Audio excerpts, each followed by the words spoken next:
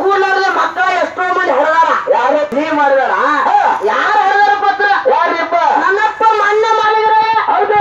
ಬೀಜ ಗುಂತಿ ಮಡ್ಡಿ ಮೇಲೆ ಬಳ್ಳಿಗೆ ಸೇರು ಭಾಗ್ಯ ಕೈತಿದ್ದ ಶ್ರಾಡ ಗುರು ಲಿಂಗ ಶಿವ. ಹೌದು. ನಾಲಿಗರ ಇಬ್ರು ಹ್ಯಾಂಡ್ ಆಗಿರ್ತಮ್ಮ. ಹೌದೌದು. ಹೆಂಡತಿ ಸ್ಪರ್ಶ ಗಂಡನಿಗಾಗಿಲ್ಲ, ಗಂಡನ ಸ್ಪರ್ಶ ಹೆಂಡತಿಗಾಗಿಲ್ಲ. ಅಲ್ಲಿಯೂ ಕೂಡ 4 ಹೂ ಬಿರಾಜರು ಕೊಟ್ಟಂತ ಸುಂದರವಾಗಿ ರಂಶರ 4 ಮಂದಿ ಮಕ್ಕಳು ಹುಟ್ಟ್ಯಾರ. ಹೌದೌದೌದು. ಮತ್ತೆ ಯಾರು? ಅಪ್ಪ ಯೋಗಿನಾದ ಅಮೋಷಿದ ಅರಿಕೆರೆ ಗುಡ್ಡದ ಮನೆ ಇರ್ತಿದ್ವು. ಭಾರತ ಪದ್ಮಾವತಿ ರಥದ ಮನೆ ಒಳಗಿತ್ತು. ಹೌದೌದು. ಇಲ್ಲಿಯೂ ಕೂಡ ಗಂಡನ ಸ್ಪರ್ಶ ಹೆಂಡತಿಗಾಗಿಲ್ಲ, ಹೆಂಡತಿ ಸ್ಪರ್ಶ ಗಂಡನಿಗಾಗಿಲ್ಲ.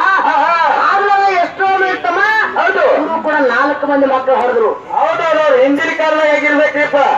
ಆದ್ರೆ ಈಗಿನ ಕಾಲದಾಗ 10-12 ವರ್ಷ ಮದುವೆ ಆದ್ರೂ ಕೂಡ 7 ಕವಲಿ ಹರಿದ್ರು ಕೂಡ ಮಕ್ಕಳು ಆಗ್ತಾ ಇಲ್ಲವ. ಹೌದು. ಇದು ಆಗಲಾಂತ ಏನ ಬಾಳಂತ ಇದ್ದ ಬಾಳು ನಿಂಗಣ್ಣ ಬಾಳ ಹೇಳಕತ್ತಿ ಸಾಲಿ ಎಟ್ ಕಲ್ತಿ. ಸಾಲಿ ಬಾಳ ಮುಗಿದ್ರಿಪ್ಪ ನಮ್ದು. ಎಷ್ಟು ಮುಗಿದ?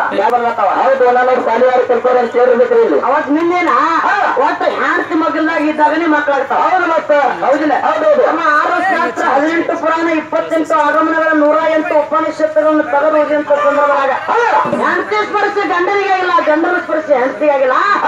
ಆಗ್ಲರೆ ಹೆಣ್ಮಕ್ಳು ಕೂಡಿ ಹೆಣ್ ಹರಾರ, ಗಂಡ ಮಕ್ಕಳು ಕೂಡಿ ಗಂಡ ಹರ. ನೋಡ್ರಿ ಅರ್ಧ ತಲೆ ಕೆಡ್ಸೋರು ನೋಡ್ರಿ. ಯಾಕೋ ಗಂಡಿನ ಸ್ಪರ್ಶ ಗಂಡ ಹೇಗಿರ್ತ, ಗಂಡಿನ ಸ್ಪರ್ಶ ಹೇಗಿರ್ತ ಮಕ್ಕಳ ಹರವರ್ತ.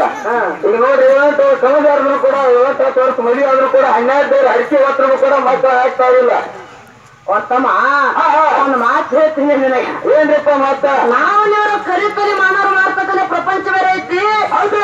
ಸಾಧು ಸತ್ಪುರುಷರು ಯೋಗಿಗಳು ಇವ್ರು ಮಾಡ್ತಕ್ಕಂಥ ಪ್ರಪಂಚ ಬೇರೆ ಐತಿ. ಅಲ್ಲ ಹೆಂಗಿಲ್ಪ? ಅದು ಎಲ್ಲಾ ಸಭಿಕರು ಗೊತ್ತಿರ್ತಕ್ಕಂಥ ಮಾತ. ನಾವು ಮಾಡ್ತಕ್ಕಂಥ ಪ್ರಪಂಚ ಎಮ್ಮೆ ನೀರು ಕುಡ್ದಾಗ ರಜನಾಗ ಮಾಡ್ತಕ್ಕಂಥ ಪ್ರಪಂಚ, ನೀ ಕೌದ್ಯಾಗ ಮಾಡ್ತಕ್ಕಂಥ ಪ್ರಪಂಚ. ಹೌದು. ಇದು ರಾಡಿ ಹಚ್ಚುಗಳ ಪ್ರಪಂಚ.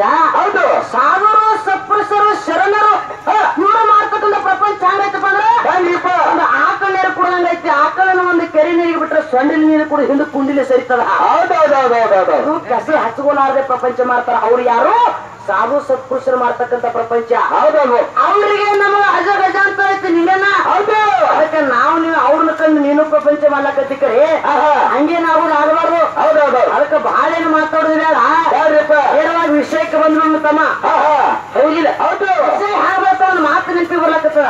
ನೀವು ಹುಟ್ಟಿ ಬರ್ಬೇಕಾದ್ರ ಇವತ್ತು ಸೃಷ್ಟಿಕರ್ತ ಭಗವಂತ ಮೂಲ ಕಾರಣದಾನ.